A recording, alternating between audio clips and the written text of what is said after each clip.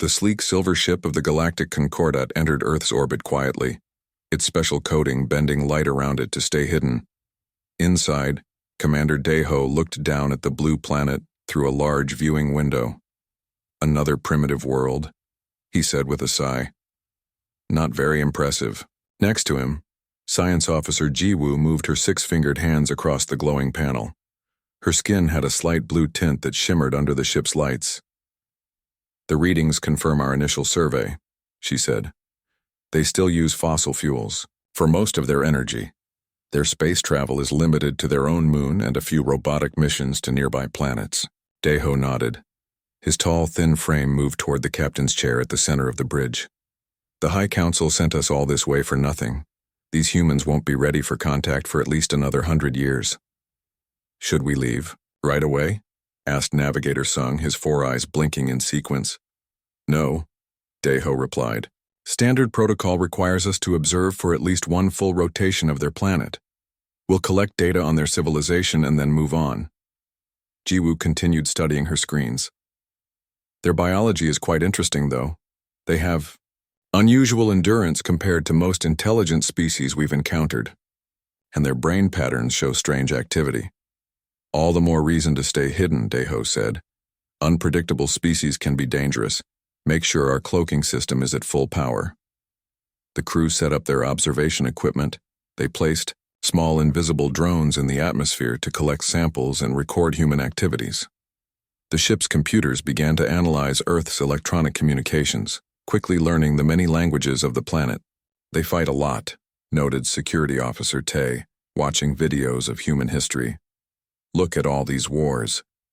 But they also create beautiful things," Jiwoo said, listening to a classical music piece. "This combination of sounds has no practical purpose, yet they value it highly." Deep below on Earth's surface, Dr. Jun Kim sat in his small laboratory at the Seoul Advanced Sciences Institute. The midnight hour had passed, but he remained focused on his work. His equipment was detecting strange readings in the upper atmosphere. "That's not possible," he muttered, adjusting his instruments. The energy signature didn't match anything known to Earth science. Jun picked up his phone and called his colleague. "Ha-eun, you need to see this data right away." 20 minutes. Later, Dr. Ha-eun Cho arrived, her hair slightly messy from being woken up. She leaned over Jun's shoulder to look at his screen. "These readings are impossible," she said. "No known aircraft or satellite could create this pattern." "That's my point," Jun replied. "What if it's not from Earth?" Ha-eun's eyes widened. "That's a big claim, Jun." "I know. But look at these gravitational microfluctuations. Something large is up there, and it's trying very hard not to be seen." Over the next 3 days, Jun and Ha-eun worked non-stop. They brought in 2 more trusted colleagues, engineer Sun-ho and physicist Kyung. Together, they modified their lab's equipment to better detect the mystery object. Aboard the Concordat ship, life continued normally. The crew had settled into their observation routine, confident that their advanced technology kept them completely hidden from human detection. "These humans have potential," Jiwoo reported to Deho. "Their rate of technological advancement is faster than average. Just a century ago, they were using horses for transportation." "Still not fast enough," Deho replied. "Note it in the I report. But my recommendation will be to check back in 50 years. On the 4th day of observation, alarm sounds suddenly blared through the alien ship. "What's happening?" Deho demanded. Jiwoo's fingers flew across her panel. "Impossible, we're being scanned." "By what?" "Their technology can't detect us." "It's coming from this location," Jiwoo said, showing a map on the main screen. "A research facility in a place called South Korea." In the lab, Jun and his team celebrated. Their modified equipment had successfully pierced the cloaking technology of the alien ship. "We need to try to communicate with them," Jun said. "How?" asked Sun-ho. "We don't know their language." "We'll use math," Jun replied. "It's universal." They sent a simple signal, the first several prime numbers, followed by a basic greeting. Pattern. On the Concordat ship, the message appeared on the main screen. "They've detected us," Deho said in shock. "And they're trying to communicate." "What should we do?" Jiwoo asked. This violates all contact protocols. Daeho stared at the screen. If they already know we're here, the protocols are already broken. Prepare a response. The High Council needs to know about this immediately. And so, the first official contact between humans and the Galactic Concordat began, far earlier than anyone had planned. The small team worked through the night in the Sol laboratory. June hadn't slept properly for days, his eyes red from staring at screens. Hyun brought him another cup of coffee. "Any response?" she asked. "Nothing yet," June replied, checking their equipment again. "But they received our message, I'm sure of it." Engineer Sunho entered the room carrying a modified satellite dish. "I've improved the signal strength. If they're up there, they'll hear us clearly now." The lab door opened, and Professor Byung walked in. As the head of the institute, he had been skeptical when first told about the discovery. Now he looked worried. "The government is asking questions," Byung said quietly. "Someone noticed our power usage spike. We can't keep this secret much longer." "Just give us 2 more days," June pleaded. "If we get no response, we'll go public with our findings." In orbit above Earth, the Concordat ship was in chaos. Commander Daeho had called an emergency meeting of all senior officers. "This changes everything," he said, pacing back and forth. "No species has ever detected us during initial observation." Science Officer Jiwoo displayed the human message on the main screen. They used mathematical sequences as a basis for communication. Quite clever. "Clever or not, we weren't supposed to be discovered," Security Officer Tae argued. "We should leave immediately." "The High Council's instructions were clear," Jiwoo countered. "If unexpected contact occurs, we must assess the situation before proceeding." Commander Daeho nodded. "Jiwoo is right. We need more information about these humans before we decide what to do." Back on Earth, the team had expanded. The Korean government had secretly brought in military intelligence experts and linguists to help with the contact attempt. A secure communications center was established in an underground facility outside Seoul. "Try again," June instructed. "This time include visual elements." The new message included simple geometric shapes along with mathematical sequences. They waited anxiously for a response. Aboard the Concordat ship, Jiwoo analyzed the new transmission. Their approach is becoming more sophisticated. They're attempting to establish a common visual language. "Should we respond?" asked Navigator. Sung Daeho hesitated before answering. "The Council hasn't sent instructions yet, but these humans already know we're here. Ignoring them might provoke unpredictable actions." "I've prepared a basic response," Jiwoo offered. "Simple mathematics and visual patterns. Nothing that reveals details about us or our technology." After a moment's thought, Daeho nodded. "Send it, but include nothing about our origins or capabilities." In the underground facility, alarms suddenly sounded. June rushed to the main console where a message was appearing on the screen. "They answered," he shouted, his voice filled with excitement. The room erupted into activity as everyone gathered around to see. The alien response contained familiar mathematical patterns alongside new symbols. "It's a language primer," said Dr. Min, the head linguist. "They're trying to establish basic communication." For the next 48 hours, messages went back and forth. The human team worked tirelessly, analyzing each response and crafting careful replies. They developed a rudimentary shared vocabulary with the aliens. On the 3rd day, June made a bold decision. "I want to send them real images of Earth and humans. Show them who we are." "Is that wise?" Professor Byung questioned.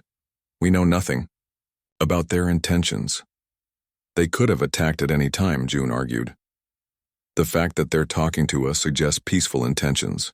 The team prepared a simple visual presentation showing Earth's landscapes, cities, and finally, images of humans from different cultures. They sent it along with their newly established communication symbols. In orbit, the Concordat crew watched the human transmission with fascination. "Their planet has remarkable biological diversity," Jiwoo noted. "And look at their own variety. Different colors and sizes, yet all the same species." Commander Daeho had just received new instructions from the High Council. "We are ordered To proceed with limited contact, the Council is sending a diplomatic team. So quickly? Tay asked, surprised. The Council is concerned, Deho explained. No species at this technological level has ever detected our observation ships before. They want to understand how the humans did it. Jiwoo looked thoughtful. Perhaps we've underestimated them. The decision was made to send a direct communication. Jiwoo crafted a message using their developing shared language. It translated roughly to, "We come in peace. We wish to meet." When this message appeared on the screens in the underground facility, the room fell silent. "They want to meet us," Haun whispered. "What do we do now?" Sunho asked. Jun looked around at his colleagues, then at the government officials who had joined their project. "We accept, of course, but we need to be careful. We'll meet them, on our terms, in a secure location." The Korean president was informed, followed by calls to other world leaders. Within hours, the news began to spread through secure government channels around the globe. Humanity was about to have its first official meeting with visitors from beyond Earth, visitors who had come expecting to find primitives, but instead discovered a species clever enough to detect their hidden presence. The old airfield outside Seoul had been transformed overnight. Military vehicles formed a wide perimeter. Scientists, government officials, and selected journalists gathered in the center. A large white tent stood in the middle of the runway, chosen as the meeting point. Jun checked his appearance one last time. The simple blue suit felt too formal, but government officials had insisted on proper attire for this historic moment. "Are you nervous?" Hyun asked, adjusting her own jacket. "Terrified," Jun admitted with a small smile. "But also more excited than I've ever been." A senior military officer approached them. "They're coming. Our radar shows their shuttle is descending." Everyone looked up at the clear morning sky. At first, there was nothing to see. Then a shimmer appeared in the air, like heat rising from hot pavement. The shimmer grew larger and took shape. A silver craft about the size of a bus appeared, floating silently 20 meters above the ground. "Amazing," whispered Sunho. "No visible propulsion system." The craft descended slowly and touched down with barely a sound. For a full minute, nothing happened. Then a section of the hull slid open, revealing a doorway. 7 figures emerged. They walked in a careful line toward the tent. Their appearance caused gasps among the humans. The aliens were humanoid, but clearly not human. They stood taller than average people, with thin bodies and slightly larger heads. Their skin had a bluish tint that seemed to shift in the sunlight. Most striking were their hands. Each had 6 long fingers, and their eyes, which were larger than human eyes and completely black. The aliens wore what appeared to be form-fitting uniforms in deep purple. One, walking at the front, wore additional markings that suggested higher rank. As agreed in earlier communications, both sides would send 7 representatives. Jun, Ha-Yun, Sunho, and 4 government officials stepped forward to meet their visitors. The lead alien stopped 2 meters away and raised both hands, palms forward, in what had been established as a peaceful greeting. "I am Ambassador Tay, of the Galactic Concordat. We come in peace to meet the people of Earth." The voice sounded slightly mechanical, clearly processed through a translation device. The words were in perfect Korean. The Korean foreign minister stepped forward. "Welcome to Earth. We are honored to meet representatives from another world." What followed was a carefully scripted exchange of formal greetings. Both sides had agreed to keep this first meeting simple and brief. After the official welcome, the 2 groups moved into the tent where a long table had been prepared with seats on both sides. Once seated, Ambassador Tay spoke again. "We must express our surprise. Your level of technology should not have allowed you to detect our observation vessel." Jun leaned forward. "Yet we did detect you. Perhaps your assessment of our capabilities was incorrect." A female alien that Jun recognized from the communications as Science Officer Jiwoo replied, "Our scans showed your primary energy sources are still fossil fuels.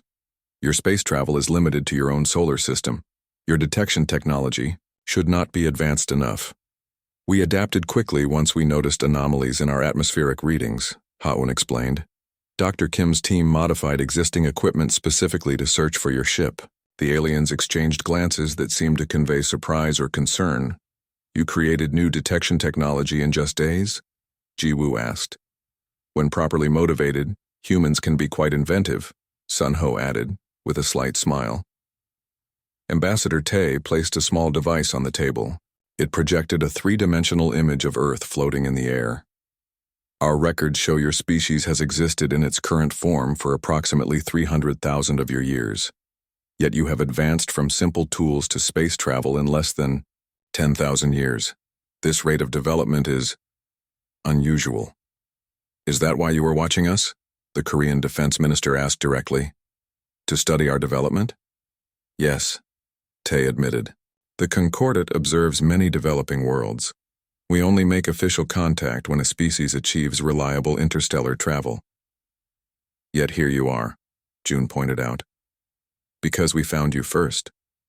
The atmosphere in the tent grew tense. The humans sensed the aliens' discomfort with this unexpected situation. Ambassador Tay finally spoke again. Since traditional protocols have been disrupted, we must adapt. The Concordat proposes a limited cultural and scientific exchange as a first step toward formal relations. The foreign minister glanced at his colleagues before responding. We would welcome such an exchange, but first we need assurances about your intentions. Are there others like you observing Earth? What are the rules of this Concordat you represent? Valid questions, Tay acknowledged. The Galactic Concordat includes 27 spacefaring species. We maintain peace and regulate interactions between worlds. And yes, we have been observing Earth for approximately 50 of your years.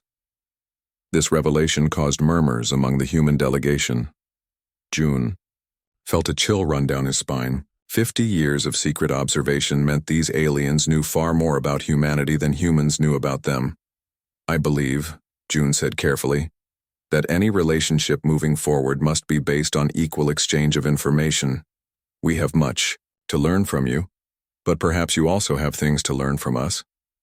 Jiwoo tilted her head slightly. Such as how a supposedly primitive species managed to detect your supposedly advanced cloaking technology, Ha-Yun replied with a confident smile. For the first time, Ambassador Tay's composed expression shifted to what might have been respect. Indeed, the ambassador said, perhaps we have much to learn from each other. 3 weeks had passed since the first meeting. The initial shock of alien contact had spread across the world. Some people panicked, others celebrated, but most simply tried to continue their daily lives while processing this new reality. The Concordat had established a temporary base in a remote area provided by the Korean government. A special international team, led by June and his colleagues, worked with the aliens daily. Both sides approached each other with caution and growing curiosity. Today, June sat across from Jiwoo in the main research lab. They were examining human technology together. This is your most advanced computer chip? Jiwoo asked, holding a tiny silicon wafer. Yes, June replied. 7-nanometer process. We're working on 5-nanometer technology now. Jiwoo placed the chip under a scanner. Impressive for your current development stage. The Urathi species took twice as long to reach this level. Ha-Yun entered the room carrying data tablets. The translation program is improving. We can now understand about 80% of your standard language. Ambassador Tay stood nearby, watching a screen that showed news from around the world. Your species responds to change with remarkable speed. Some adapt quickly, others resist strongly. This pattern repeats in many aspects of your history. Is that unusual? Asked Sun Ho. Most species we encounter are more consistent, Tay explained. All members tend to react similarly to new situations. Human responses are unpredictable. Later, that day, Commander Daeho arrived from the orbiting ship. He joined a meeting with high-ranking officials from several Earth nations. The conference room was tense as Daeho activated a holographic display showing Earth's solar system. We have shared information about nearby star systems, Daeho said. Now we request more detailed information about human military capabilities. The American general frowned. We've been transparent about our civilian technology. Military information requires additional trust. We understand your caution, Daeho replied. However, the Concordat must assess all aspects of your civilization. Why? Asked the Chinese representative bluntly. To determine if we're a threat? Ji Wu stepped forward. To understand how you might interact with other species. Some in the Concordat are concerned about human unpredictability. Concerned? June questioned. We've shown nothing but peaceful intentions. Ambassador Tay made a gesture that the humans had learned meant thoughtful consideration. Your history contains many conflicts. Your entertainment often depicts battles with alien species. This suggests a tendency toward violence when facing the unknown. The room grew quiet. Then Ha-Un spoke up. Our history does include war, but it also includes remarkable cooperation, the International Space Station, global vaccination programs, disaster relief efforts. These show our capacity for working together. And our science fiction isn't just about conflict, June added. Many of our stories imagine peaceful contact and mutual benefit from meeting other worlds. That evening, Ji Wu requested permission to examine Earth's art and cultural artifacts. June took her to the National Museum, which had been closed to the public for their visit. Ji Wu stood transfixed before an ancient Korean painting of mountains and streams. The purpose of this is not clear, she said. It doesn't have a practical purpose, June explained. It exists to create emotion, to remind us of nature's beauty. Art without function, Ji Wu murmured. This is common among humans? Universal, June confirmed. Every human culture creates art, music, stories. They help us understand ourselves and our world. Ji Wu moved to a display of musical instruments. Your species devotes substantial resources to activities with no survival benefit. Most species focus primarily on practical advancement. Perhaps creativity is our practical advantage, June suggested.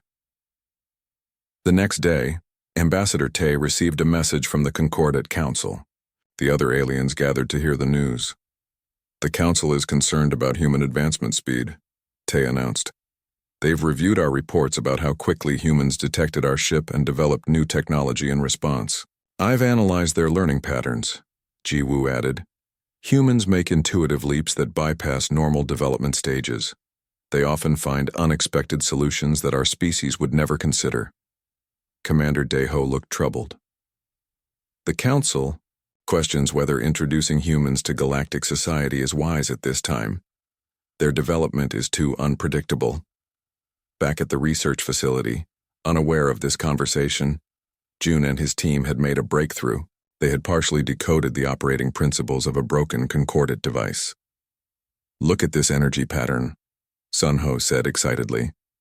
It's similar to our experimental quantum field generators, but far more efficient.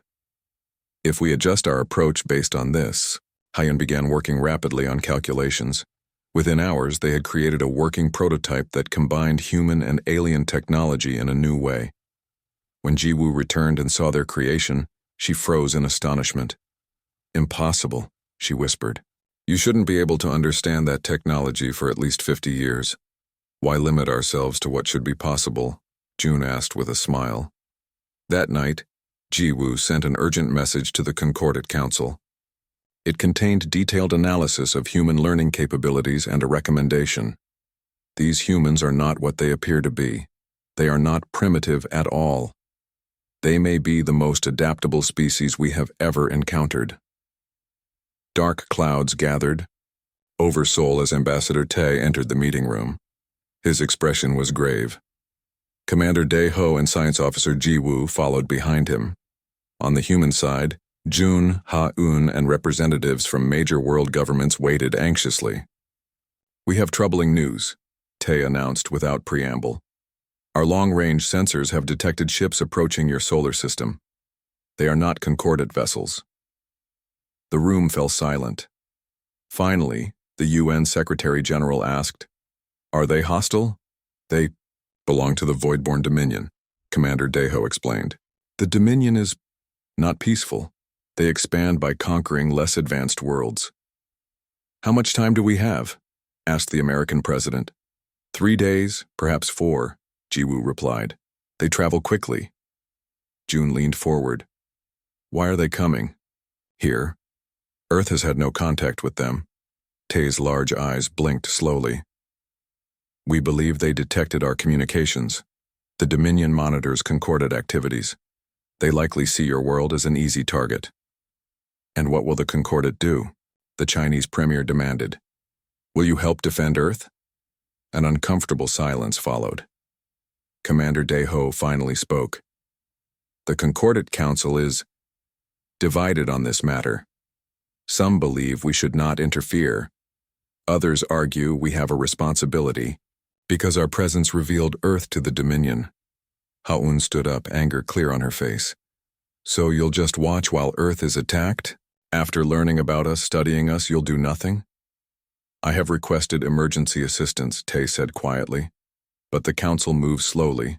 Their decision may come too late. The meeting broke apart into urgent conversations. Military leaders huddled together, discussing Earth's limited defense options. Scientists debated how to adapt existing weapons to fight unknown technology. June pulled Jiwoo aside. Tell me honestly, what chance does Earth have against these Dominion ships? Jiwoo hesitated before answering. Your weapons are primitive compared to theirs. Your defense is non-existent against their methods of attack. Then help us, June urged. Share defensive technology with us. Give us a fighting chance.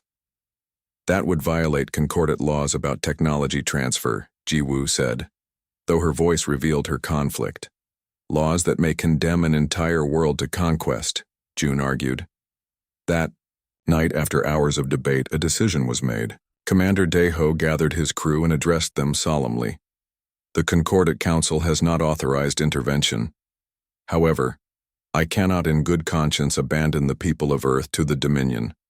Those who wish to return to Concordat space may take the secondary shuttle. I and any who choose to stay will do what we can to help. To his surprise, not one crew member chose to leave. Jiwoo stepped forward.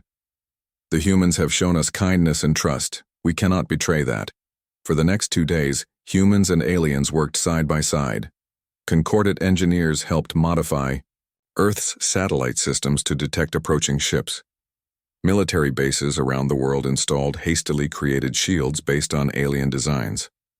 Scientists worked without sleep to upgrade missile guidance systems with Concordat targeting technology. On the morning of the 3rd day, the sky above Earth darkened as 5 massive Dominion warships took position in orbit. They're hailing us, reported the communications officer at the Global Defense Center established in Seoul.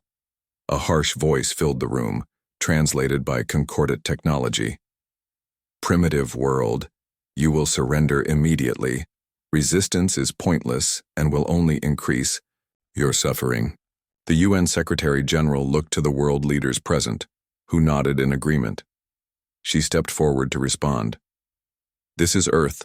We decline your offer. We choose freedom. Moments later, the attack began. Energy beams struck at major cities around the world. But instead of causing destruction, they scattered harmlessly against newly installed shields.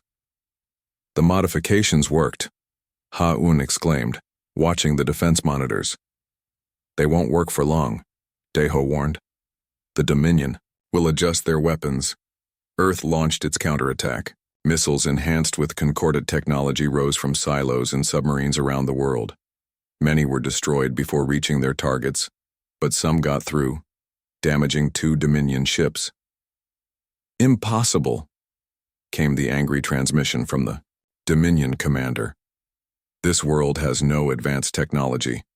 In orbit, the Dominion ships regrouped and prepared for a second, more powerful assault. Commander Daeho's small observation vessel moved into position, ready to fight despite being vastly outgunned.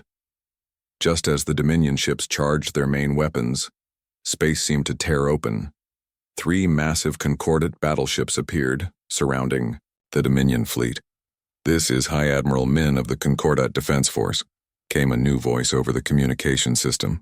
The Concordat hereby extends protection to Earth and its people. Withdraw immediately or face the consequences. For tense minutes, nothing happened. Then, one by one, The damaged Dominion ships retreated, jumping away into deep space. In the defense center, cheers erupted. June turned to Ambassador Tay. "I thought the council refused to help." Tay allowed himself a small smile. "The council changed its mind after receiving our reports about human courage and ingenuity.